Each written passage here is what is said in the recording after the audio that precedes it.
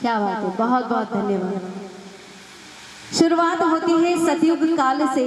जब सतयुग चल रहा होता है उस समय ब्राह्मण और एक ब्रह्माणी हुआ करते हैं।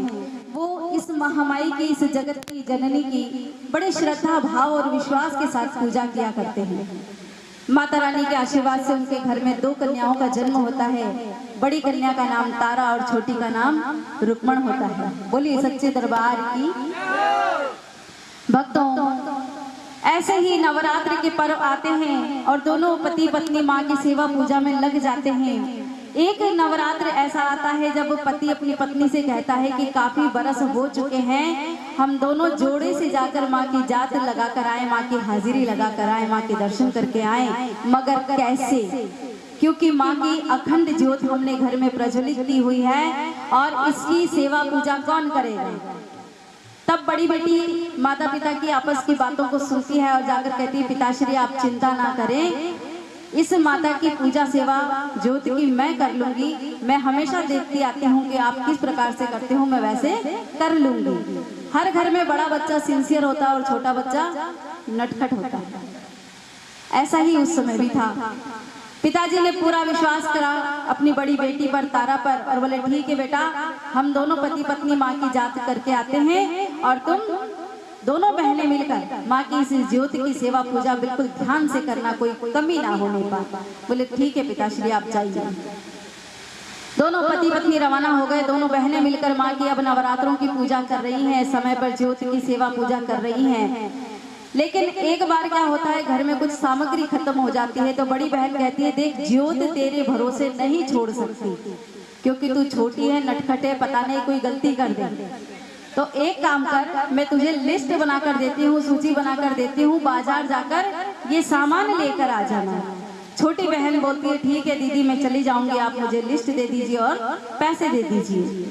बाजार जाती है। आज भी देखा है आपने कि कोरोना 2 साल हमको बड़ा परेशान किया, मगर इस बार माता रानी की ऐसी कृपा रही कि बाजार फिर से सजे हैं और माँ की लाल चुन्नियां लहराई हैं। बाजारों में नारियलों की भेंट लगी हुई है, बहुत सारा जैसा भी हो सकता था हुआ। ऐसे ही नवरात्रों के समय उस समय भी बाजार सजा किया करते थे। रुक्मण जब बाजार में गई तो बाजार की चमक दमक देखकर बिल्कुल खोस ही गई और लिस्ट देखती सामान लेती, लिस्ट देखती सामान लेती। करते करते उसे भूख लगाते हैं भक्तों। देखते हैं कि सामने ही चौराहे पर कुछ पकौड़े बनाए जा रहे हैं, उनकी खुशबू से उसे भूख तेज हो जाती है और वो जाकर उन पकौड़ों को लेती और खा लेती है। कुछ पकौड़े अपनी बहन के लिए भी बांध लेती है। घर आती है बड़े उत्साह के साथ, उमंग के साथ बाजार का विवरण सारा बहन को बताती है। दीदी मैं यहाँ से गई और उस दुकान पे गई, वहाँ ऐसा था, यहाँ ऐसा था। बताते बताते उसके मुंह से वो बात भी निकल जाती है कि मुझे बड़ी तेज भूख लगी थी, मैं चौराहे पे गई और मैंने पकौड़े खरीदे और खाए। बड़े स्वादिष्ट पकौड़े थे दीदी, मैं थोड़े आपके लिए भी लाई हूँ। तारा सुनती है तो बड़ी, अरे वाह मेरी बहन मेरे लिए भी पकोड़े लाई है। जैसे ही वो खोल के देखते हैं तो भक्तों वो मांस के पकोड़े होते हैं और उस पकोड़ों को देखकर तारा रानी का क्रोध 7वें आसमान पे चला जाता है और वो अपनी बहन को दुत्कारते हुए कहती है कि अरे रुक्मण, तुझे ऐसे ही नीच कर्म करने थे और नीच खाने का भक्षण करना था तो तू ब्राह्मण कुल में पैदा ही क्यों हुई? जा, माता रानी तुझे ऐसा ही जन्म दे जहां तुझे ये सब चीजें खाने को मिले, तू नीच योनि में जन्म दे। श्राप दे देती है। और भक्तों कहते हैं कि सतयुग में आपके मुख से निकला हुआ हर शब्द बिल्कुल सत्य होता था, उसे कोई भी बदल नहीं सकता। जैसे ही अपनी बड़ी बहन तारा के मुख से रुक्मण श्राप को सुनती है, उसके पैरों तले धरती खिसक जाती है और वो थर थर कांपने लगती है सूखे पत्तों की तरह से। आंखों में आंसू आ जाते हैं, दिल घबरा जाता है। कहती दीदी ये क्या कर डाला आपने?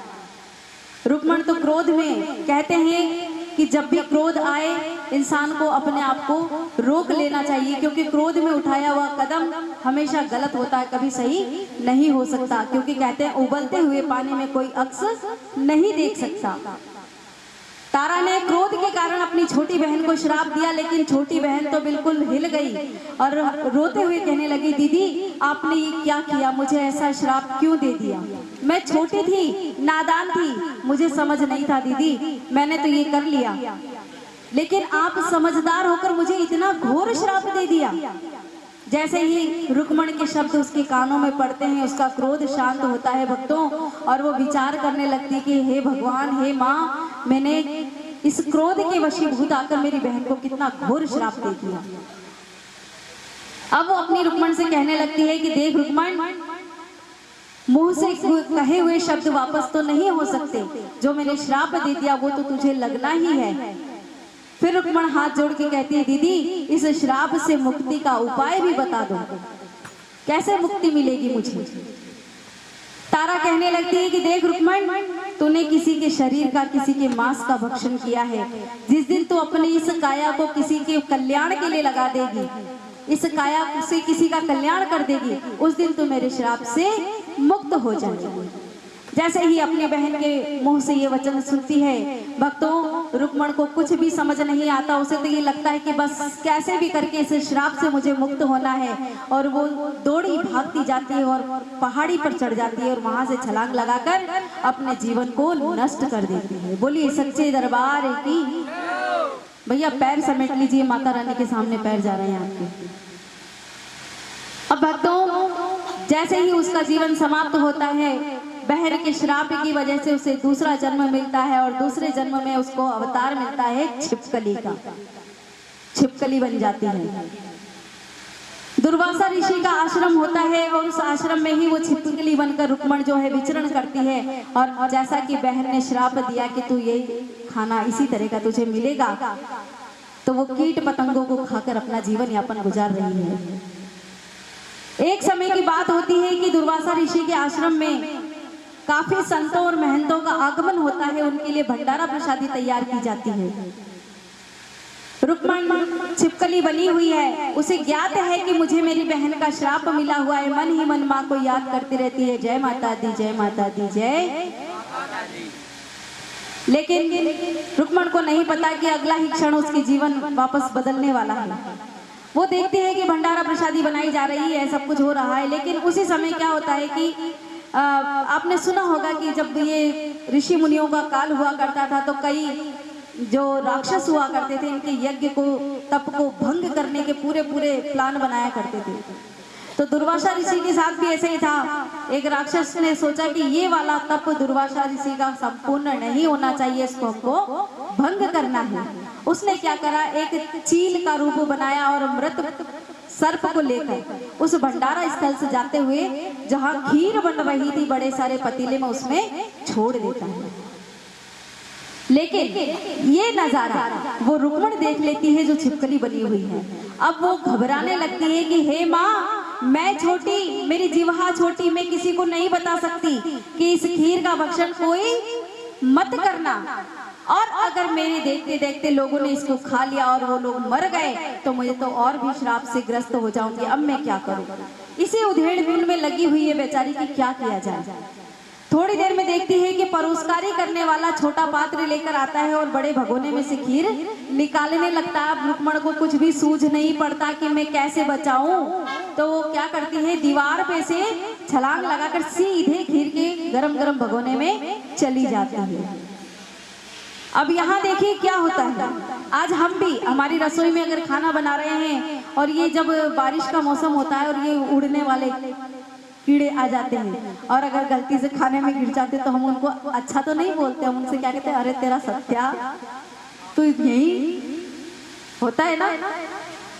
ऐसे ही उस परोसकारी करने वाले ने रुक्मण को कह दिया, अरे नीच कुल की उसमें योनि में तूने जन्म लिया और नीच बुद्धि ही तेरी रही। यहाँ तो मैं परोसकारी को खीर निकाल रहा और तू इसी में डूब गई,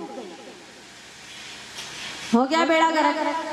लेकिन उसने तो लोगों की जान बचाने के लिए इस काम को किया। अब उस परोसकारी वाले ने जाकर सबको बताया कि महाराज श्री, हम उस खीर को किसी को परोस नहीं सकते, कारण उसमें एक जहरीली छिपकली गिर गई है। भक्तों, आजकल तो हम कहीं भी जूठन उठन जो भी ये फेंक देते, लेकिन पहले के समय में अन्न का बड़ा आदर किया जाता था।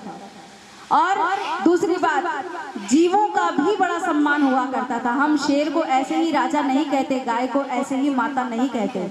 ये हमारे पूर्वजों की देन है जो उन्होंने हमें पशुओं का भी आदर सम्मान सिखाया है। सारे ऋषि कहने लगते हैं कि अगर इस खीर को किसी जीव जंतु ने खा लिया तो वो भी मृत्यु लोक को चला जाएगा और ये बड़ा अनर्थ होगा।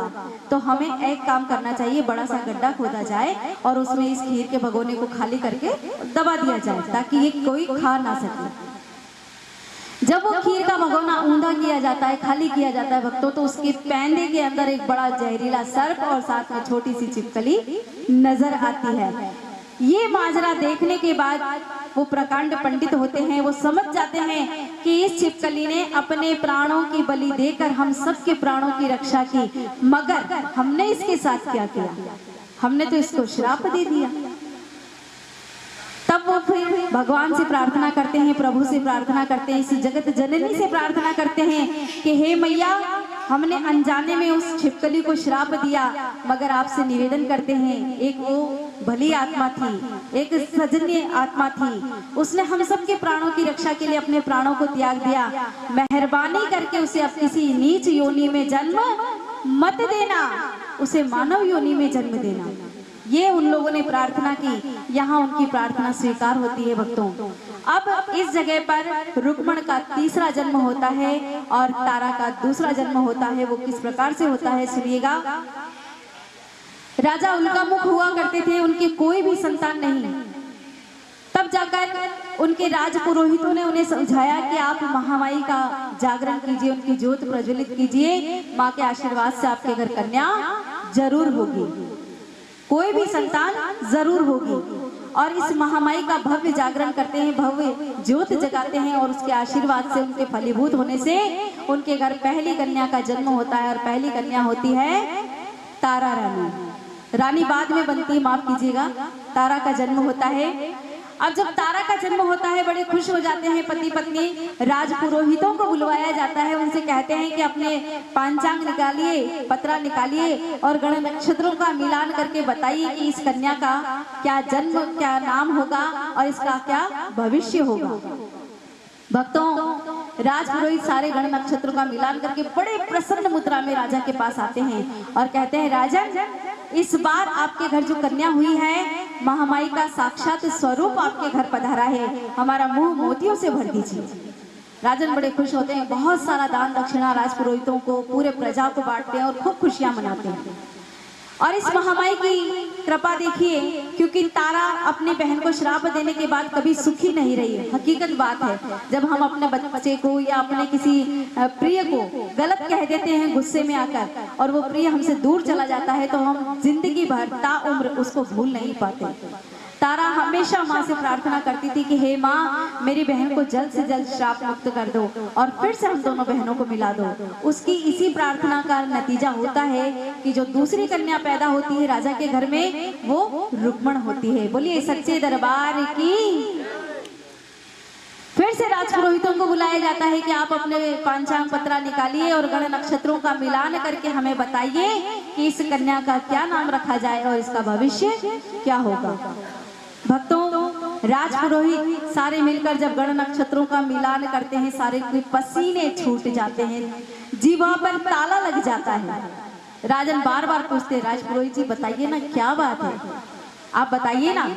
सारे एक दूसरे का मुंह ताकते हैं कि ये बता दे, कि ये बता दे, हिम्मत किसी की नहीं होती। तब राजन समझ जाते हैं इस बात को और कहते हैं कि देखिए राज पुरोहित